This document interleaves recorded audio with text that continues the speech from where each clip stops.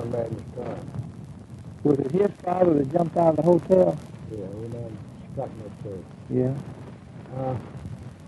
I read in some of these writers in his opening by referring to old Mr. Metcaff who fought in the Mexican War. Yeah.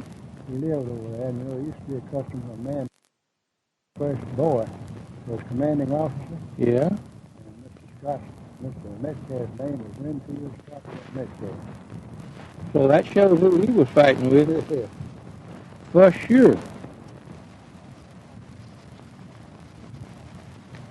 Winfield Scott Metcaff. He was a tall, slender man. Very slender. Very nice looking and very neat. I ran across something I'm going to bring in and let you read the other day. Somebody from Oxford, well, there's my cousin Margaret. We went to a reunion the other day. And somebody she knows up there had newspaper articles, both from the Commercial Appeal and from the local paper, the Progress, I believe, about the hanging of Ed Gammon. And it's got he made a speech before he was hanged, and he was also baptized. And also there's a copy of the roll book of some church. I don't know which church. They took him into the fellowship of the church that morning at 11 o'clock. Baptist Church. Mr. B.P. Gooch's name is on there. Bernie Gooch, yeah, he was superintendent of South Street, I know. A group of men went down there and accepted him into that church. Well, now, the tub they used, old man Will Hendricks was changing tubs up at his house. This was a tin tub with a wooden rail on top of it. They were kind of big. Yeah. And he told me he need not bring the tub back. They could have it. But he baptized him in that tub. And Bertha Rock told me that Epsom Jennings said the baptism wasn't any good because when he put his head under, his feet stuck up. Well, for some Baptists, it wouldn't count, would it? But it says... When it counts for Epsom Jennings, I think. And it tells in there, Fred, that he went up before the crowd and said he was sorry for everything that he had done, and he hoped, it's a long speech, he hoped that the people in the community would not bring any further sorrow to the family of the Kimses or to his family. It was all his fault. He was love crazy, love sick. And he says, I have asked God's forgiveness for my sins, and I feel that he has forgiven me. He says, how many of you will forgive me? And the article says 1,000 hands went up. There were 5,000 people there. Then the sheriff comes out. Well, his brothers and his mother and his father and his little sister, 8 years old, they all come up and kiss him goodbye. And that really tore the crowd up. The little girl just clung to him, and he kissed her, and finally he put her down. And the sheriff covered up his head. And then he made another little speech to the young men that he was not sorry, that the law was taking its course, and that was the proper thing to do. And he says, goodbye, friends. And everybody says, goodbye, Ed. I'd love to see a newsreel of that. That was... said he heard him say that. He was coming back to Gurner. Yeah. Got down there to Main Street, coming down and heard him say. I thought he said goodbye, everybody. Well, that might have been what he said. He said goodbye to all of them. He was working with my dad in a railroad shop. That day he did that, he laid off at noon when I did that. Yeah, it says that he went to Gwynn and Goodwin's Hardware and rented a gun. Quinn, that's Mary's uncle. Oh, was it Quinn? Quinn and Goodwin, yeah. Well, I got a picture of that fella. Oh, man. Shoot. L.P. Quinn was the initials, but his name was, he got the name of one of the Southwest Hollow Springs families that lived out there in Moon. Peel Quinn, Uncle Peel. Well, he's a very distinguished-looking fellow. This is in the 1902 Herald. There's a picture of him in there. See, Ernie found that 1902 Herald in Mr. Eddie's file at the bank and let me have all those pictures reproduced. There's a picture of every one of the city officials. Jim Cahill was an alderman, and I don't know whether it was young Jim or, I don't mean the Jimmy I knew. I guess it was his father and not his daddy. Yeah. His father's name is also James Cahill, or Cahill, old man Cahill called himself James Cahill. Cahill, huh? He married a woman that wasn't well educated. He was on the school board here a long time, so very well educated. You mean the old man? The old man James Cahill. His Yeah. wife was named Molly Cahill. Molly. And Frank, I know Mary's Carter told Frank Jones.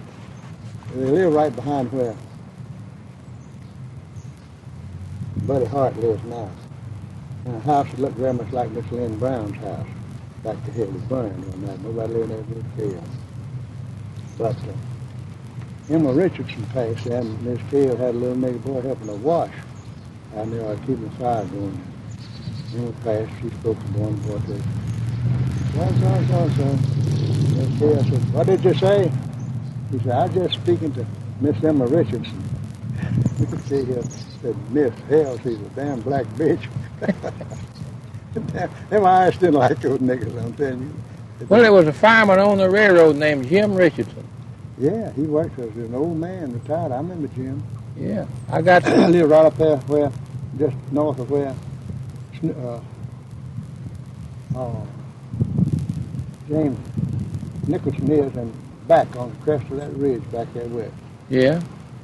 I got his name on a time slip firing for Dad Norton over at Memphis about 1907. I believe it's 7, might be 13. Yeah, it was his wife, Emma, that was speaking to the boy when old Miss Cahill intervened. You ought to see that seniority roster back in the 20s and the teens. They had a 60-40 rule. There, 40% of your firemen were black. And there were several names in there that sounded like they were Caribbean or Spanish or something. They didn't sound like Water Valley names. I forget what they were, but there were some weird ones on there.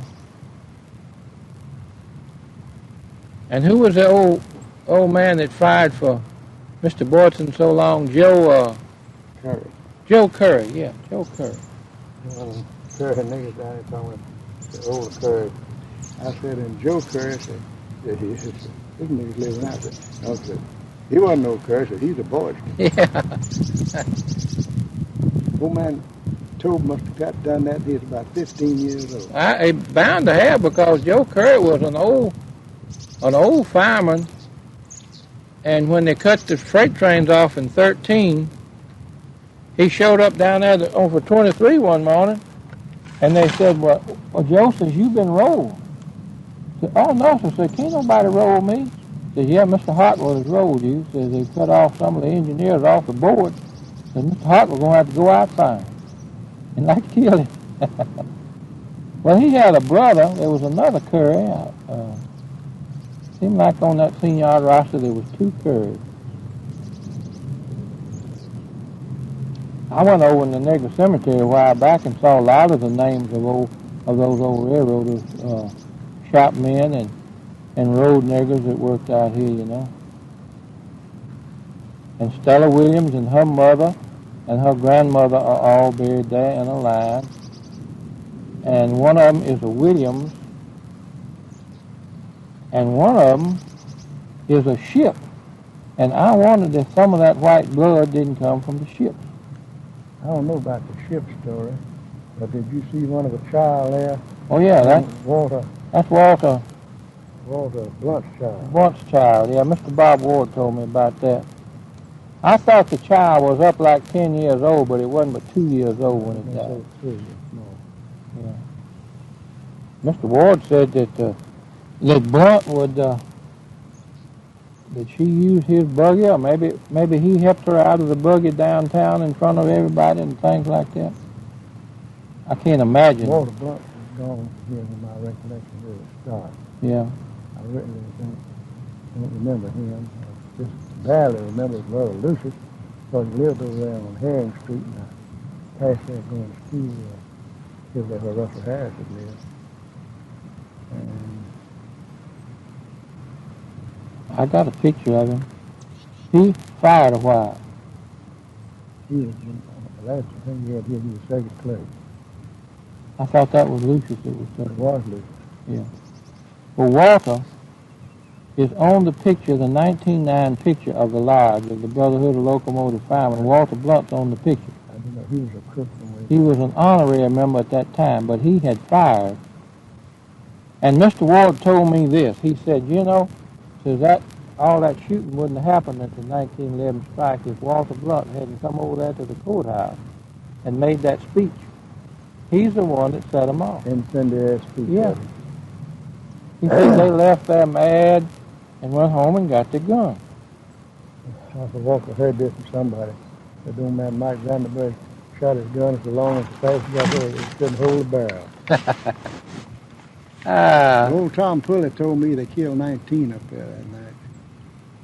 Well, that's the funny thing. I have never found the straight of that. I can't imagine all that shooting and not killing somebody. Tom was working. Yeah. And the next day they put a boxcar on the front end of 24. The engine went up and shot. Well, they changed the engine, so it went up and then the new engine wrote that boxcar back. And where they took it up, where they took it to Jackson, Tennessee, or Fulton, or where they took it somewhere that's supposed to prepare those bodies to bury and ship them from there. But Tom was working that night. And I said, Tom, tell me if you know, how many men were killed up that night? He said, 19. Good night. Well, now, then somebody was telling me the other day about one of the soldiers killed somebody, or somebody killed a soldier. Well, the soldier killed a man, another soldier. They were camped across the creek over there, kind of south of Stella Williams' house in that flat in there. Yeah. And one of them killed another soldier. And I guess he couldn't get bond. He stayed in jail over there for, I reckon, a year. Good night. Well, this person said he killed a fella about his wife. Said that the soldier was going with the man's wife, and he got after him. Well, he was in the post office. He said he laid it down on the post office floor for a long time before they ever moved him. The man that killed him. Yeah. I don't know anything about what was behind that. It was among those soldiers.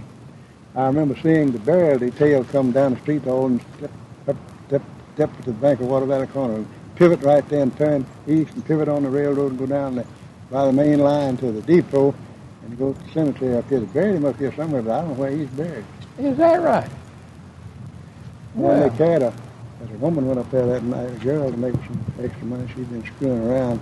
But so many of them screwed that night, they had to tow her out there, Sunday morning on a stretcher. Good. Don't tell that too freely, because she got a bunch of kinfolk still around here. She made a pile of money that night, didn't she? She's old man John Berry's sister. John Berry's sister. I've got a picture of him. He worked in one of the offices up at the shop. Store department. Yeah, and over in the corner is his son, John Berry. Didn't I give you that picture? Somebody brought it to me, and Yeah, I believe you did. there's one somebody on there I couldn't identify. I wanted to ask you about these Shoffners over here.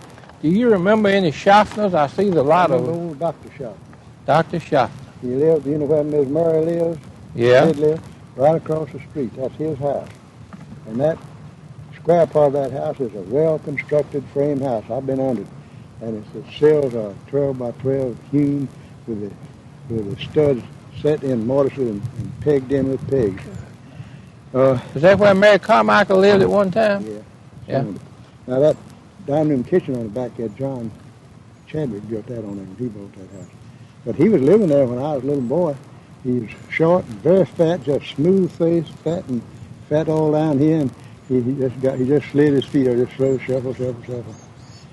But that old man was old. He was a surgeon in the Confederate Army.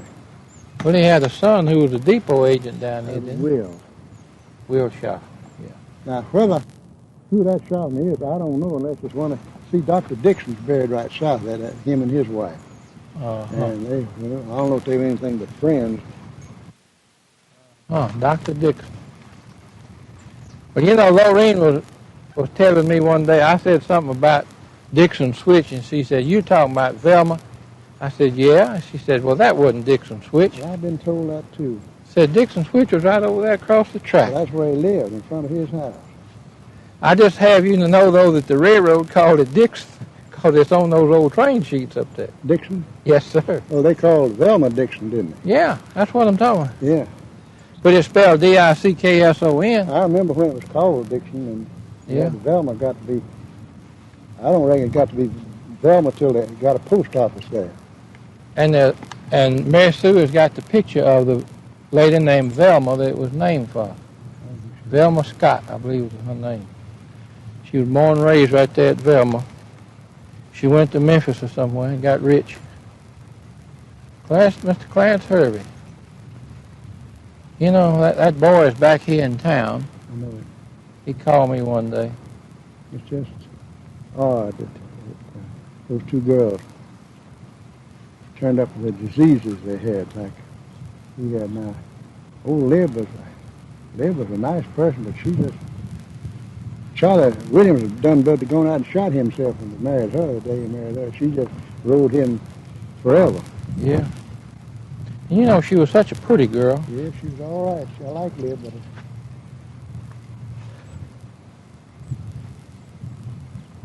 I remember Speck Blackstone came back from home one weekend up there at Paducah, and he was, of course, I wasn't quite in on the confidence and didn't keep up with all the social activities, but he and somebody were talking. He said, yeah, I jumped him out there on that country road. Said, you know, said, old Charlie's going to keep fooling around. He's going to have to marry her.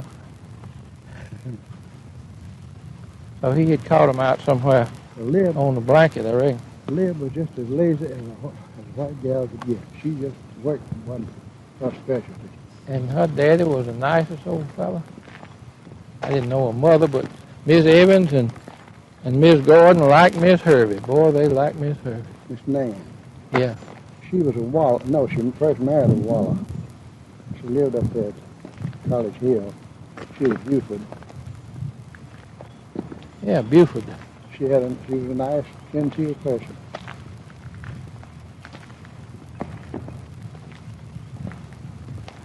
I hear you. Well, look at that. There's Elvira. There's Dr. Backstone boy. Yeah.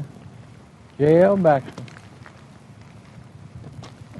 I found in some of Mr. Blackman's pictures, there's all these beautiful cousins of his from all over the country that sent him pictures.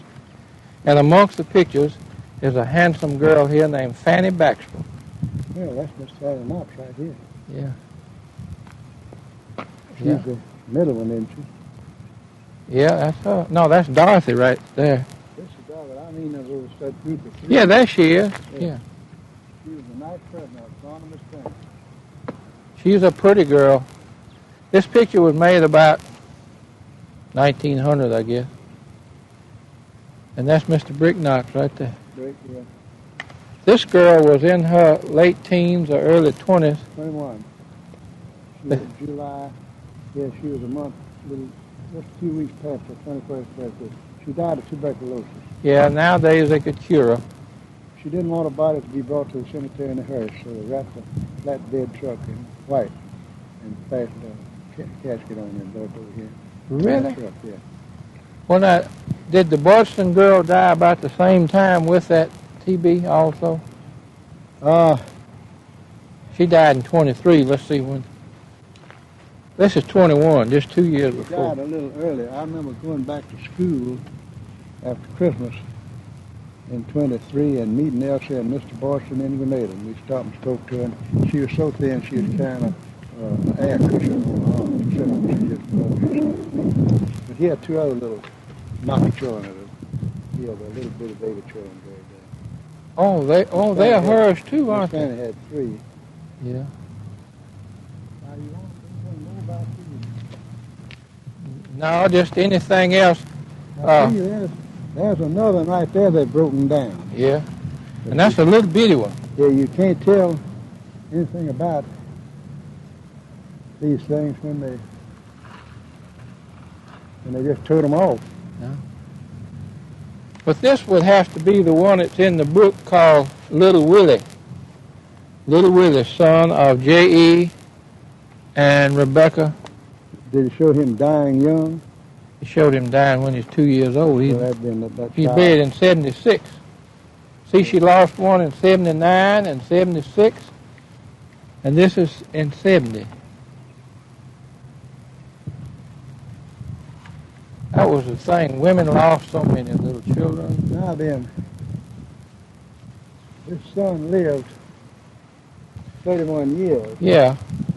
Well, now there's another son somewhere, a daughter that this woman in Yeah, out in Texas. is descended from. Yeah. Evidently her father survived and went to Texas, but wonder what the connection in Texas is. He must have gone as a young man looking for work. Now, her letter and everything is speaks of somebody who is educated. And just ordinary folks don't read the genealogical helper. I'm going to ask her to write a story. Jane D. Clowney, wife of Fuel. I need her. Let me see. That wasn't Sam Fuel. Sam Fuel's mother. Oh, this was Sam Fuel's mother. But was she kin to Mr. Jim Clowney? She was his sister. Yeah. Now, these are old Clowneys from South Carolina. Yeah. Matthew Hannah, son of Clowney, and there's Prudence T. Wife. That's why little Prudence Burns got her name. Yeah. Samuel Clowney, 1886. Let me mention the color Clowney I need her. There's another Sam Clowney.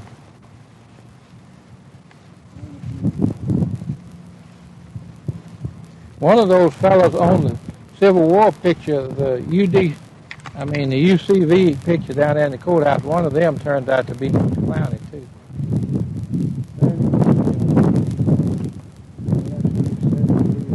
That's what this woman was. She was great. She was his wife. Now, who this is, I don't know. Samuel McDaniel, born, died. Yonder the Kirkwood is yonder. I don't know anything about it. He's some kind of old Keith. Is that right? Yeah, Keith said he just wore himself out in the whorehouse. He said he was a call boy. Said one time he wasn't calling the folks, he was running in the whorehouse. He died of tuberculosis. Golly whopper. Somebody thought enough of him to put a nice stone up. Not even I called. Hugh Madison Kirkwood. From 53 to 75, he wasn't but 22 years old. That his fellow couldn't get enough to it. Good night. Now yonder, these are your Yankees that were killed at Coble and injured and died and brought up here. Yeah, that's what I thought. Now there are three of them that were left down here, Dr. Simmons, but they died, and Mr. Patton said they took them over and buried them with these others. But that first one is Fred Ivey. He's a Spanish War man who wasn't killed, he died of what? You said, I believe, hydrophobia. And Yeah. I heard, thought I knew he died of yellow fever. What he died of. Well, he died in 1901, I think, or 1900. But I took a picture of that thing, gave it to Miss Stebbins, and she showed it to Russell Bailey, and they said, oh, and that's the end of that. Yeah. Russell be out for getting up a exhumation. Move all the Colville here. They got some of them down there, but they're not marked. But Fred, what I can't figure out is who had the stones put there. Well, the daughters of the Kentucky took it up with the Florida Department of the United States government and told them this number of Union soldiers were buried here, and there were no markers, and they were unknown. They sent 29. And somebody in that group remembered that, didn't they? That's the only way they could have known. It's not in the cemetery book. I don't know who the ones were at the time. But some of those ladies remembered that there were 29 soldiers buried here, or 26. Well, they go down there and count them because they had sand rocks for headstones. Oh, I see. Every one of them had a big sand rock. I think Miss Robinson was in, she's active in the UDC up till she got right down at the last. There's 30 of them there now. Well, the 30th one is Fred. It's the Spanish War man. Fred Ivey. Now, this is the real old part of the cemetery here This now. is the old Presbyterian Church graveyard. Graveyard. And they deeded part of it to the city of Scotland, and then they found that they had more left and they wanted to look after it, so they deeded it. And it's right here in this little square right here. Well, it goes down now to the first. There was was a lane through there on the south side of Fredericks and the Mauldins. From there up to this, see the highway, the public road came right through here. Right there, one end road out yonder. Oh, that was the public road? Yeah. That out yonder, they didn't do that till they cut that hill out there with Stanley Perkins. Called it the Vaughn Hill. Right across the road where old man,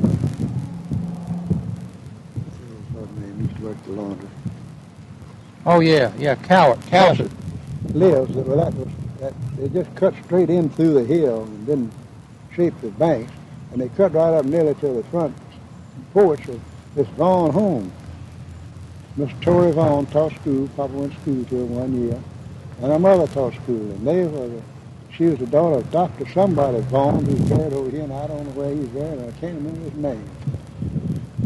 But that was what it was done to deliver see, the trade used to come in out yonder off the road and come in by where your wife's folks live. That was the east end of Calhoun Street. That's what I tell people, and they don't believe it. And they struck working it, they struck a sand pit there on the east side of that ridge going over that the Carters live on. And it washed out to where they just thought it was cheaper to go ahead and make this cut here and put one direct shot downtown. In other words, Calhoun Street went right straight on out, and I bet it went right up Roy Lawson's driveway and right on over the hill. Possibly. Somewhere there. Yeah. Miss Ada Owens told me that their house was on the east end of Calhoun Street. Mm-hmm. And there's quite a few folks buried here that are not in the book, right? Oh, they didn't start the book till, what, 73 or 74? All right, they've been buried here 40 years before the first grave down here. You know where it is, don't you? No. First marked grave. Yeah. I remember you showed me one day, but I forget who it is. McGill? No. One of these.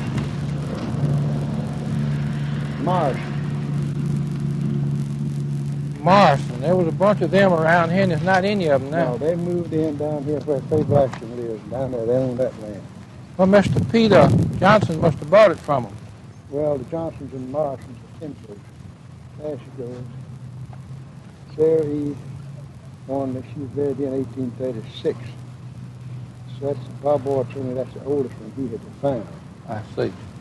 That's one of them. Old man Jim Marston, born in 1792. I think George Washington, President of the United States, then, wasn't he? Mm-hmm. Now there's Peter Johnson's consort. 18 years of age. Look at there. Well, you know that's a baby cave. Yeah. That's such a sad thing. Well, those women, you know, the style was to lace yourself as little as you could in the middle and let yourself have a flare at the hips. But, man, it just didn't go with childbearing. They need to have room loosened. Yeah.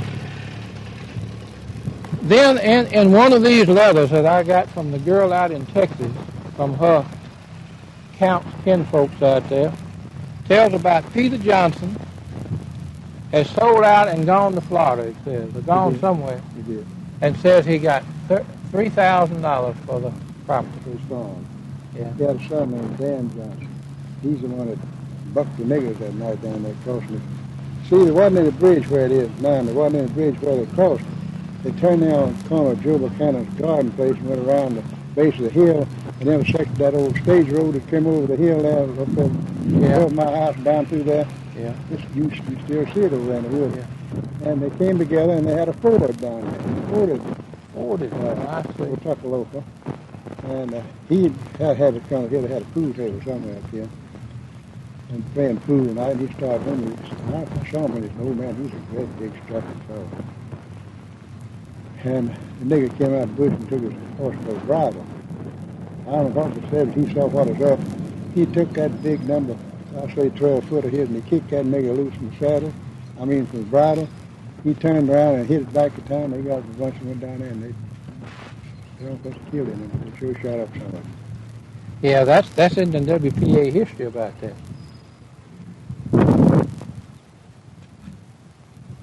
There's something else in that WPA history, in there by an uprising out here west of town. I don't remember that. That looks like a... Oh, that's some of that. Going back to the picture of flowers over there where they buried Miss Fannie. Yeah. Now here's another one of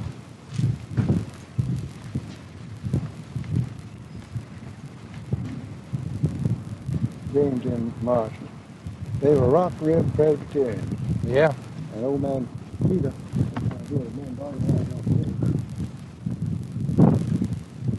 it says in the county history that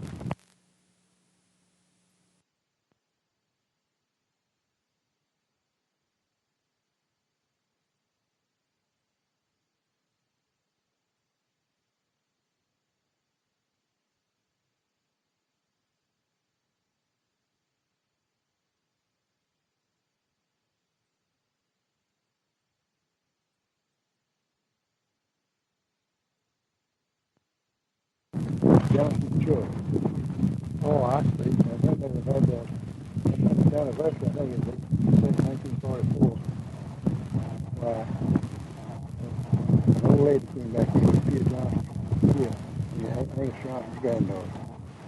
Good night. Getting way back yonder. You got that up there. Oh, here it is. Colonel.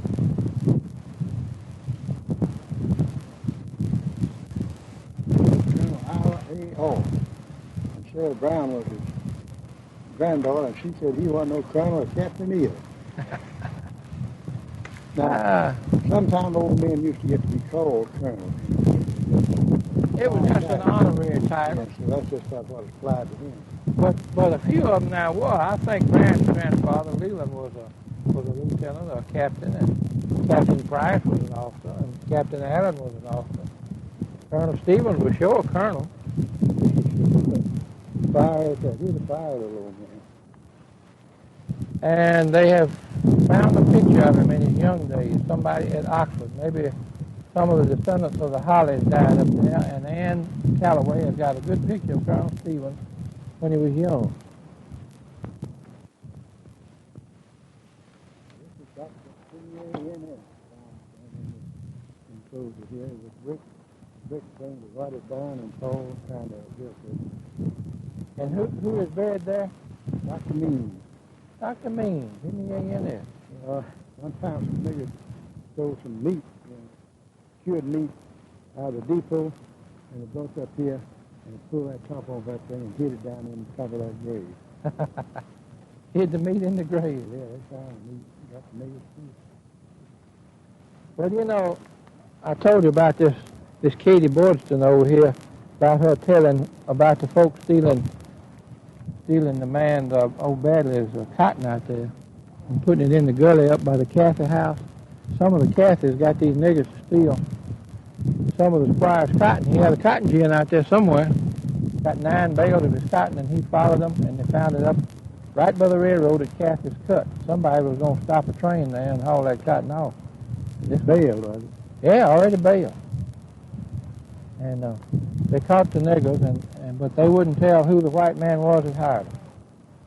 But they feel sure it was some of the Cathys. Oh, Ralph Williams told me lost 5 head of cattle out here not long ago, and some other stuff was stolen there. Yeah. Now here's a bunch of the old Shaws here. Yeah. Not too old, 1905. That was old man John M. Shaw. That's Miss Madge's father. Grandfather. Grandfather. Yes, her father was too. Yeah. Well, there's the McGills right there. Shaws and McGill. Mary McGill. I think she was old Miss Shaw's mother. Died in 1871, 72. She was 84 years old. I bet they made that red fence, too. Could have. See, they made fences like this. John M. Shaw. I didn't know that. That's Counselor, Dr. Simmons down yonder has one. And Dr. Young and Young. Miss Madge told me that they made lawn furniture and they made cemetery fences. And, of course, that chance one out yonder, that girl's got the receipt where they paid John Shaw $16 for putting it up out there. And it's pretty ironwork. It's prettier than this. Now that one, there's been a piece of that one broke for a year, and Barron keeps fumbling around with it. He don't near about know how to get it fixed. Well, they had a lot of two broken Ms.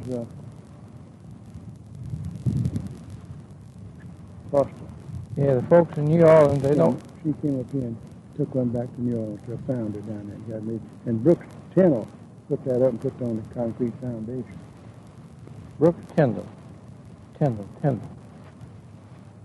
That Miss Yuna Black-eyed Yuna gave me a picture of a pretty girl who was her school teacher named Mary Tyndall. You ever heard of Mary Tyndall? Somewhere back out here there was a Tyndall school. Right? Yeah, out there. After you turned down and going down to the mudline and go west towards going down at the Yakima bottom. So I thought maybe it was out at campground. Old covered bridge. Uh-huh. Now there are a lot more of those. Here's some in the 50s. That's a 55 M.H. car. M.H. and M.E. car. But there are a lot of folks buried in there, and some of them had headstones, and Paul took them down. I thought the Dixie Hendricks was going to have them reset. They stored them in there for a long time, hauled them off, threw them away. Now right here, there was a little monument that sits right here. Francis Carr, little boy, about 3 years old. Stayed on there, and they come through cleaned up. They just picked up, threw away. That's Mary White Hendricks Carr. Gosh, she died in 51. She was born in 1784. Yeah, she was the daughter of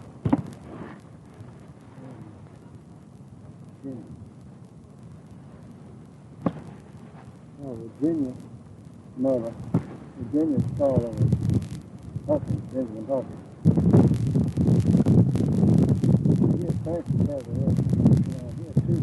He's just 3 years old. Yeah, there he is.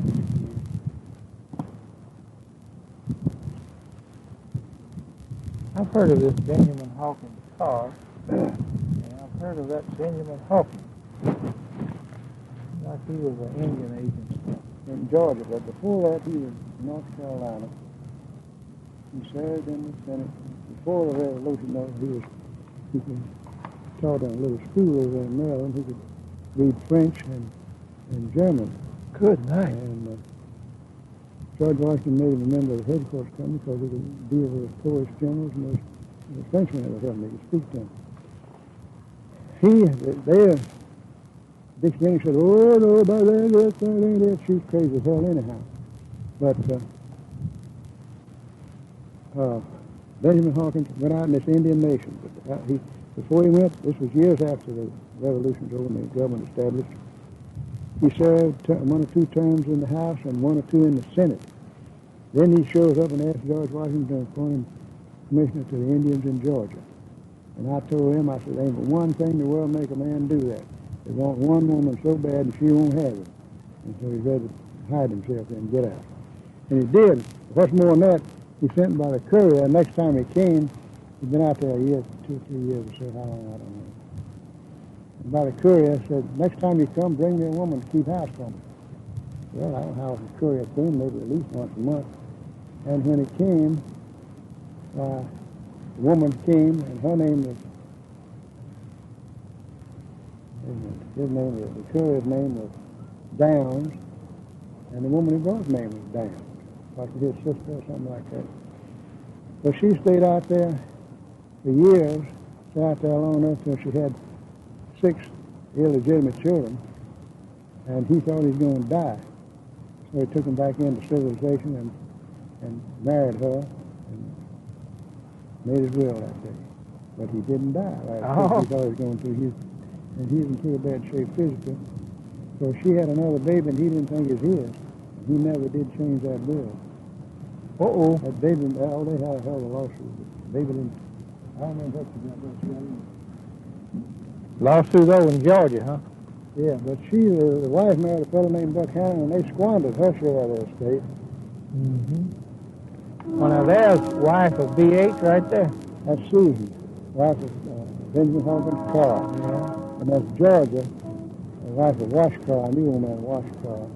He's the son of Benjamin Hawkins? Wash? Yeah. No, he is the son of the Hawkins car that came down here.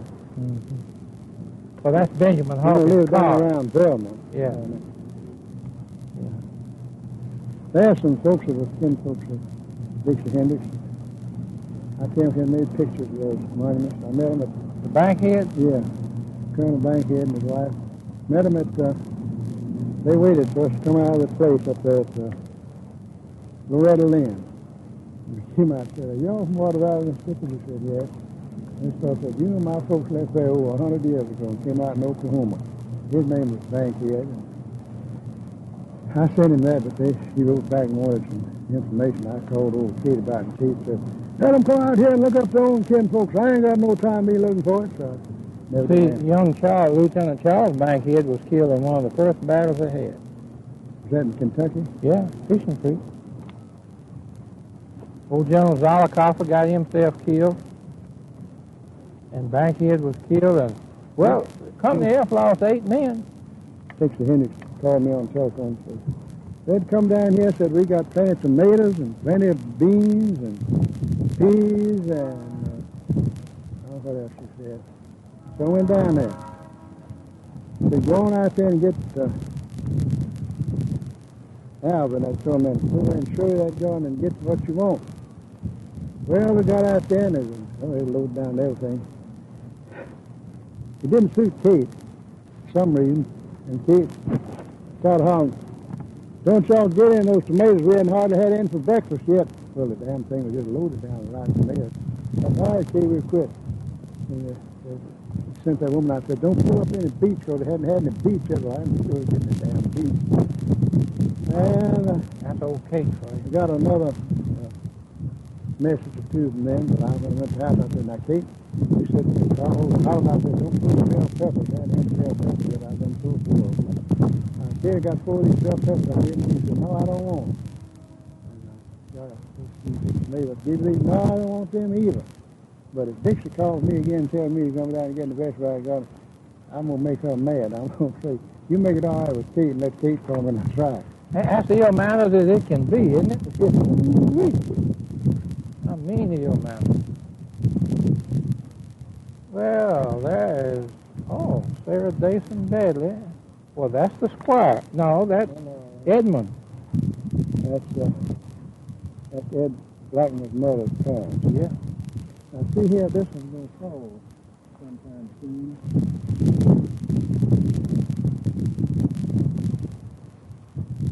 Nothing you can put in there, because anything thin enough. Put down in there. Oh, that's one of the ships. See if you can set that down there, see if it's in there. What ship is that? I don't know. M.L.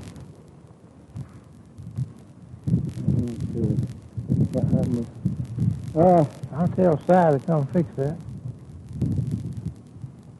December 18th, that's 36 or 86? Well, it died in 70, it'd have to be 38. It is M.L. Shipp. William Walker says that one of old Dr. Simmons' daughters married one of the ships. And there's the Leverets. I know who they were. They lived up there at that hallway doing all that grading now. Yeah. Oh, I've seen the... Pittered out in there back then. No. Humphrey Pittered. Well, and there's folks up here that I just never heard of, even in the history book. In Paradine. In Paradine, wife of Jeff Leverett. Mm-hmm. Died in 75. Tommy's son of, I've heard of T.J. and T.G. West. Yeah, West right here. Yeah. He's a merchant. Yeah, T.J. West. Now here's where they had a son that worked on the railroad, I believe. Yes, Williams. They had these two women here in that space, that room, and the secretary couldn't fit them in.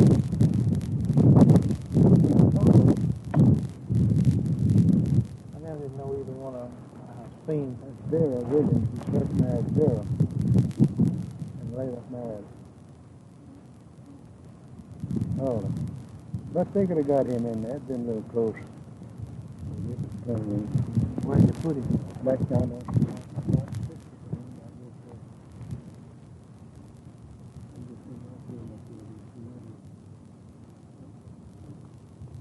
Well, now, I know your hunter wasn't 50 years old, was she? No. She was older than that. I think she was 65.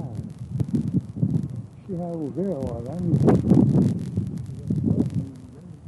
99 to then before she was 25, wasn't she?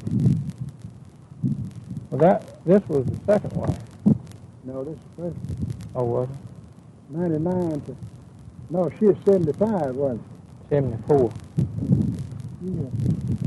See, this girl died in 39, so she was the first.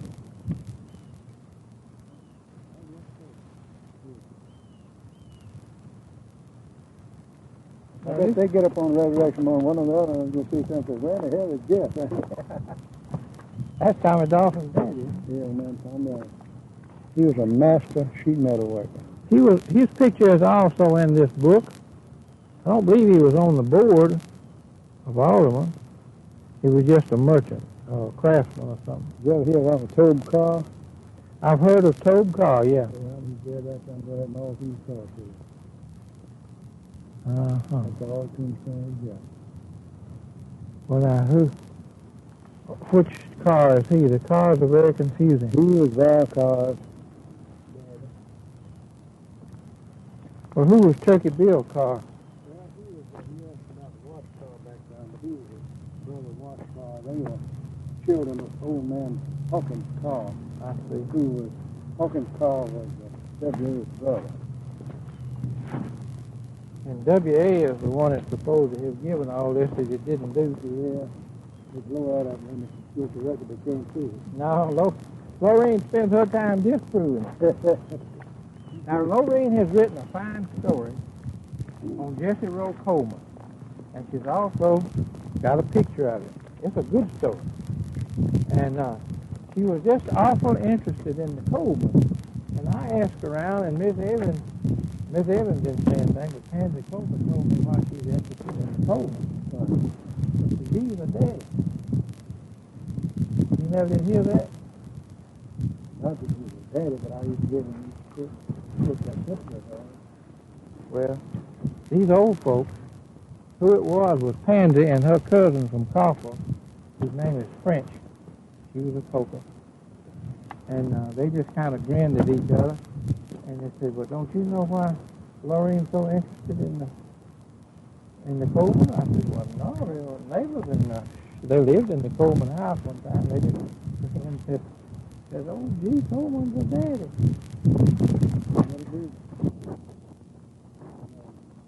What do you think she got that smart? Says, isn't that one of the bros that didn't understand? Well, he's not married with his daddy too. Well, I didn't ask about that. Of course, they could be wrong. But, I mean, I mentioned it to one or two other people, and they all just grinned and said, well, they had always heard that. There's the old Dr. John.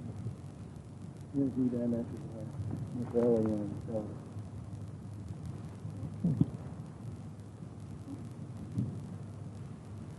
George Sims. Who was George Sims? Well, he was David Sims' brother. He was married to Stella Williams. Young, one about the young daughter. I think they both died of tuberculosis. Les, 27 years old. Well, she lived to 32. She possibly caught it from him. He possibly came out of it. I'm born to 53. No. He was 27.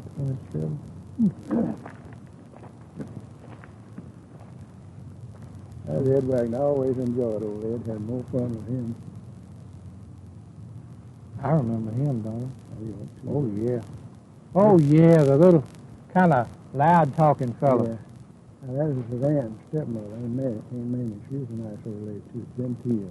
He had a crippled hand, didn't Yeah, he got on the railroad. When he was a young man, he started out on the railroad in a coupler. Got him, broke all the bones in the back of his hand.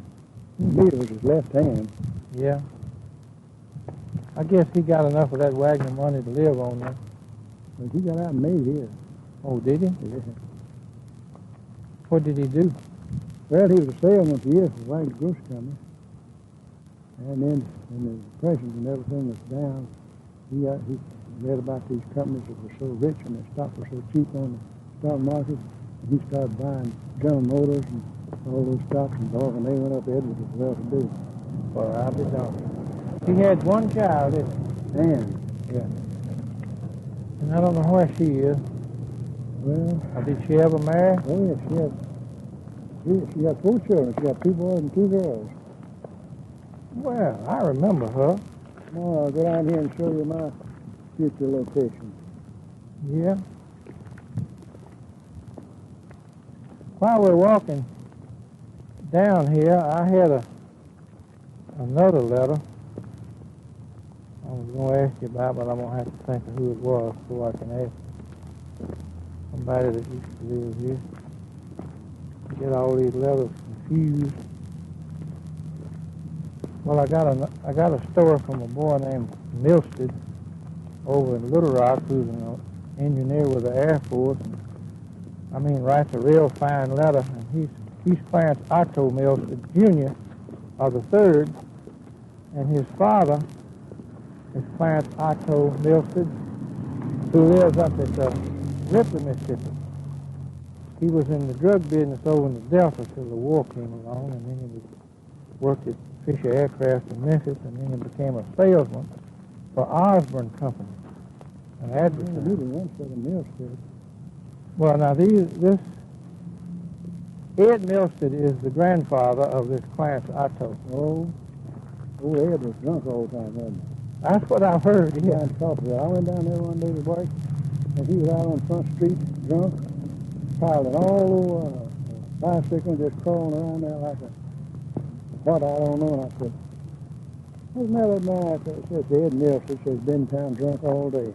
Well, now he came back to the farm. You see, he went from here to the YMV and worked a number of years, and he had a connection with Mays in Chicago that you just couldn't find him. You might lay him off a while. But he worked up until about 1930, and then he came back to the farm out here at Pilgrim Rest. See, the oldest one was Grafton, and Ed, Walker, Norman, all of that. But evidently the family has improved some in recent generations. I think they have. But Norman was tough when he was young. That fellow used to walk around with his arms stuck up in the air named Black. He was from back out this way. His arm was around behind him all the time. And Norman Milstread stabbed him at a dance one night and cut a nerve back there. That's what I put up with Miss Kendrick and me and himself. Oh, yeah. Oh, I didn't. Oh, you've had this one for a long time. Yeah, my boy took that up and he got the steel on it, it's good and strong. Oh, you've had that a long time. And who are these people over here? Well, that's Victor Erickson's wife. And you remember Ellen Erickson? Eleanor Cost Erickson. Cost. Those are my Kendrick grandparents, and that's my mother, my father, and my aunt. Oh, I see. Have you ever heard of Mr. James W. Shackleford? No, I haven't. Well, he was the partner of Dr. Blount and business here, Blount and Shackleford. Oh, yeah, I've heard of that now. And he got wounded, crawled into some vines down in the Mississippi Delta. They called the Mississippi Bottom then, and was shot, and lived some 10 days or 2 weeks. He died from that wound, Yeah. Down there hunting. Mm-hmm. Well, of all things, 48 years old.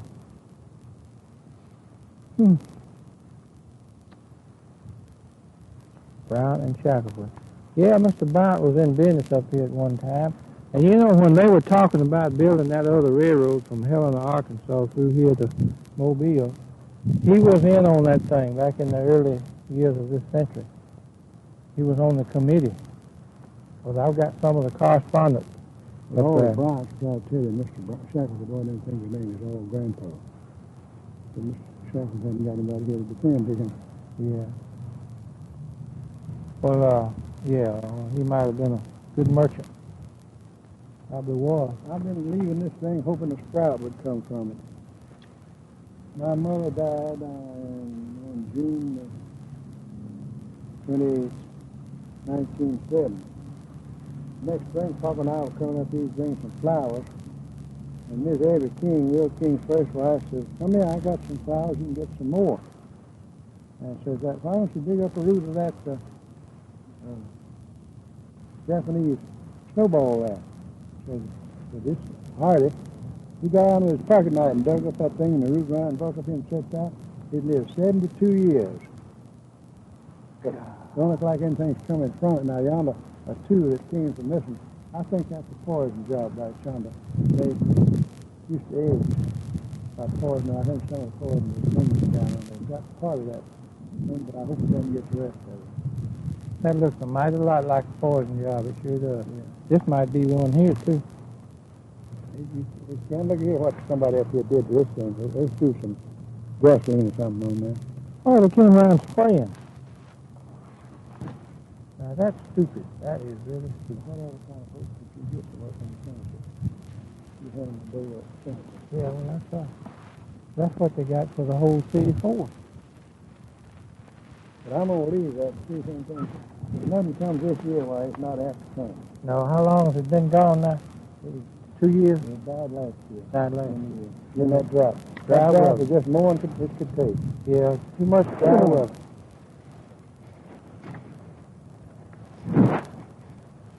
Now, that lady who works in the depot at Grenada, she is married to a fellow named Whitaker, and his mother was an Erickson. Yeah, that's Mabel Erickson. That's right, Mabel. She's married to Grenada. So he works in the what? Well, he ran the paper down there. I think he's quit now. I think his dad is dead, old White Whitaker. Yeah. White's dead, but this must be I don't know what his name is. This gal's name is May Whitaker, and she works there in the depot. She's a nice gal, been there now since World War II. And this guy is her husband, and I think he was a drinker.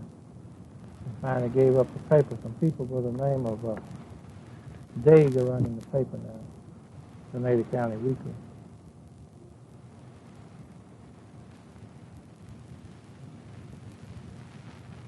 All right, I guess we better sit back. This would be the easiest way. Walker Carwell Kendrick.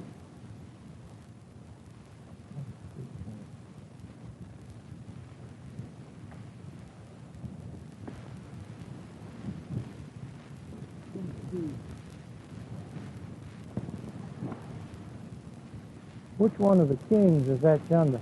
Real king. Real king. His first wife was getting talking about king. Yeah, I heard you mention.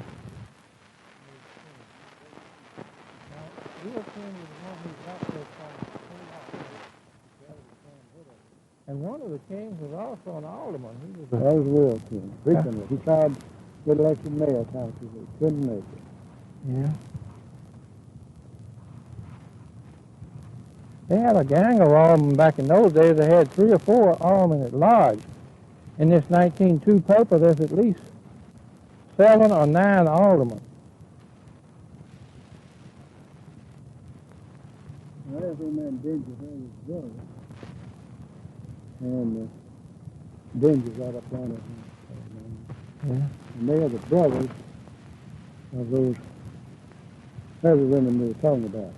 Oh, I see. The one married Backstone. Yeah. One married Howell. Yeah. And one married Croom, old man Croom. Joel Croom, yeah. Now that old man must have been pretty well respected. He's alderman there for a number of years. And Mr. Peacock, he's where's your truck? right over there. He's not bashful about endorsing people.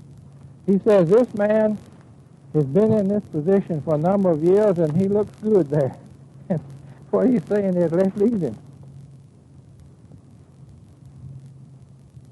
Now there's a name, Bolshaw. Balshaw. Bolshaw. He's a baker. Cut his throat. Oh, his own throat? Uh-huh. Good. All right, he was rough, wasn't he? Like Kendrick was working for him. He was late coming to work, and he said, I cut that sheet. Was the matter? He couldn't get in. He looked in the window. Mr. Balshaw was lying with his head off the bed with his throat cut. I remember seeing a blood spot on the floor. Kendrick supposed to say to it over the house down. Oh. Huh. Yeah, the old Larson. Yeah. Old Swede. Yeah. August, John Larson. Well, let's see. August died in 25. Lottie Larson Grove.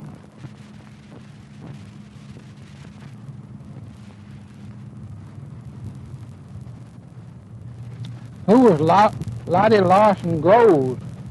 Well, she's an old maid. Married Marvin Grove's older brother. And then Ed Grove. He's there down the other side of it. Ed Groves. Is he the one that got killed in the car wreck?